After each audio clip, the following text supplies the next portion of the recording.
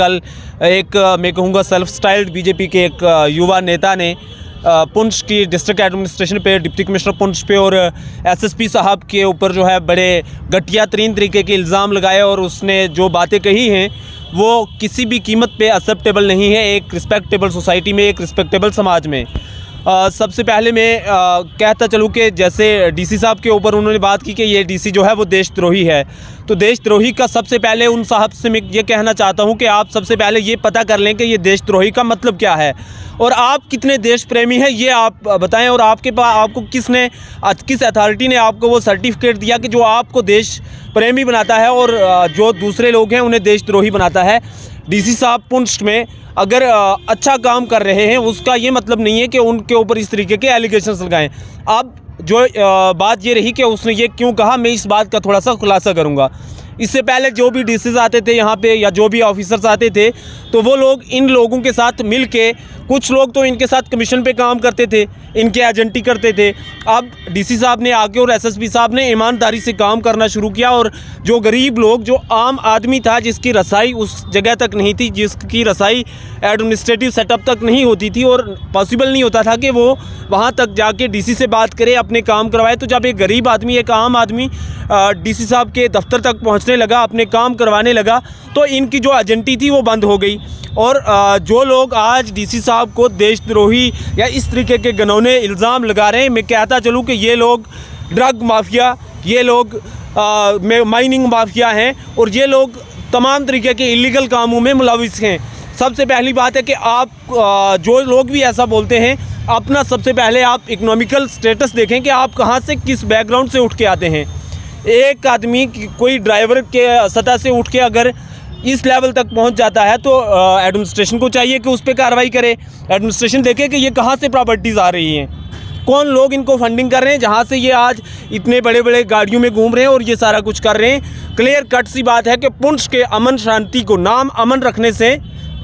अमन नहीं फैलाया जाता, नाम अमन रख के अमन दुश्मन काम करने से और भाईचारे को ख़राब करने से जिस तरीके की फ़िज़ा बनाने की कोशिश की जा रही है वो बिल्कुल नाकाबिले बर्दाश्त है और इसकी हम मज़म्मत करते हैं। और मैं एडमिनिस्ट्रेशन से ये गुजारिश करता हूँ कि सबसे पहले तो मैं बीजेपी पार्टी की इसमें सताइश करूँगा, जो लीडरशिप है, क्या उन्होंने ऐसे शख्स को पार्टी से पहली फुर्सत में ही बाहर का रास्ता दिखा दिया। ये पार्टी का एक डिसिप्लिन है, हम इसकी तारीफ़ करते हैं। दूसरी बात, अब पार्टी ने अपना काम कर दिया, अब एडमिनिस्ट्रेशन को अपना काम करना है। हम अपील करते हैं एलजी एडमिनिस्ट्रेशन से और प्रशासन से कि ऐसे शख्स के खिलाफ कोई भी हो जो अमन को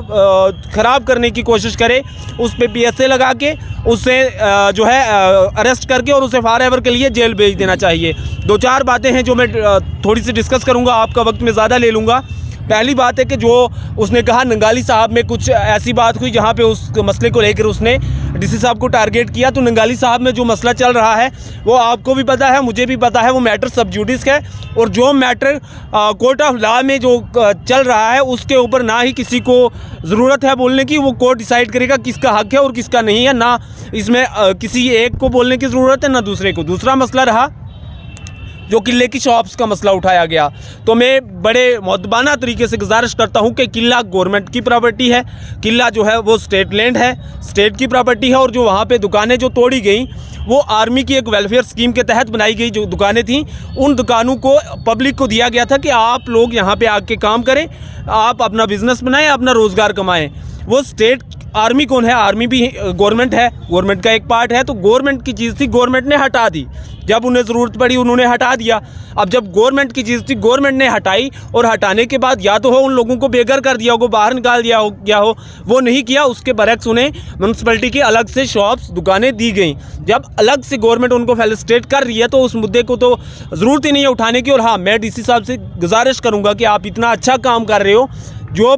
किले को स्टेट लैंड की जो आपने प्रॉपर्टी को जो है वो वहाँ से खाली करवाया है, उसके इर्द गिर्द और भी लोगों की प्रॉपर्टी है जो नाजायज़ काबिज़ हैं, वहाँ पे उन्हें भी जल्द से जल्द हटाया जाए। और जो भी सरकारी ज़मीन पर काबिज़ लोग हैं, चाहे वो कोई भी हो, चाहे उसमें मैं आऊँ या कोई भी आए, उन तमाम के खिलाफ़ कार्रवाई की जाए। पुंछ का अवाम, पुंछ का हर छोटा बड़ा आदमी, हिंदू मुस्लिम सिख,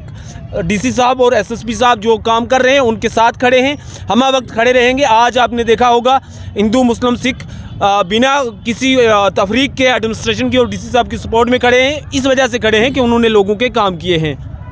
अब आगे सबसे पहले तो आप तमाम मीडिया हाउसेस का शुक्रिया कि आप शॉर्ट नोटिस पे आए, और वैसे भी आप हमेशा जो है वक्तन फ़वक्तन आवाम की आवाज़ उजागर करते हैं और आगे तक पहुंचाते हैं। तो इस मुद्दे पे जिस पे अभी तनवीर साहब ने बात की, मैं भी इसे शॉर्टली ब्रीफ़ करूंगा आपको कि जिस तरीके से कल एक हमारे बीजेपी के एक मान लें यूथ लीडर कहते हैं वो ख़ुद को, उन्होंने जो टैग हमारे डीसी साहब को दिया, देशद्रोही का टैग दिया, तो सबसे पहले मैं उसकी मजम्मत करता हूं कि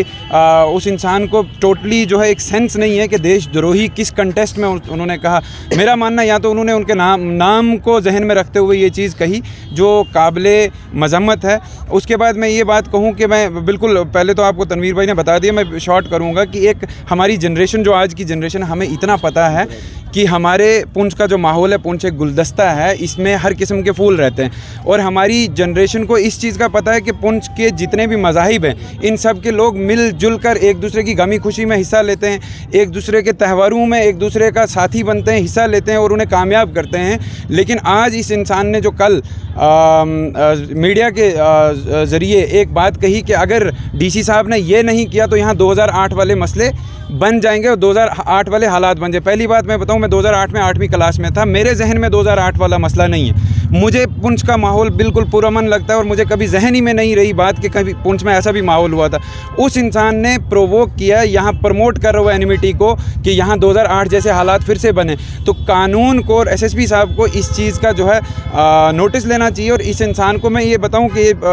कल मेरा एक छोटा भतीजा है, 7वीं क्लास में पढ़ता है, उसने मुझे पूछा वो वीडियो देख के 2008 में यहाँ क्या हुआ था। ये जानबूझ के लोगों के जहनों में डाल रहे हैं कि यहाँ का माहौल ख़राब हो, यहाँ की हारमनी ख़राब हो। उसी तरह जैसे उसने मस्जिद का मसला उठाया, मैं कहता हूँ किले, हमारे किला में मस्जिद है, मंदिर है, गुरुद्वारा है, ये गवर्नमेंट का और एडमिनिस्ट्रेशन का प्राइम जो है ड्यूटी है इनका तहफ़्फ़ुज़ करना। और मैं ये भी आपके मीडिया की वसादत से कहूँगा कि एडमिनिस्ट्रेशन को चाहिए, हम लोग साथ देंगे, यहाँ पे एक गिरजाघर भी बनाया जाए क्योंकि उसकी कमी है। जहाँ मंदिर, मस्जिद और गुरुद्वारा, वहाँ पे गिरजाघर भी तामीर किया जाए ताकि हमारे ईसाई भाई भी जो हैं वहाँ पे जाके अपने जो भी राइट्स है, रिलीजियस राइट्स, उनको परफॉर्म कर सकें। और उसके अलावा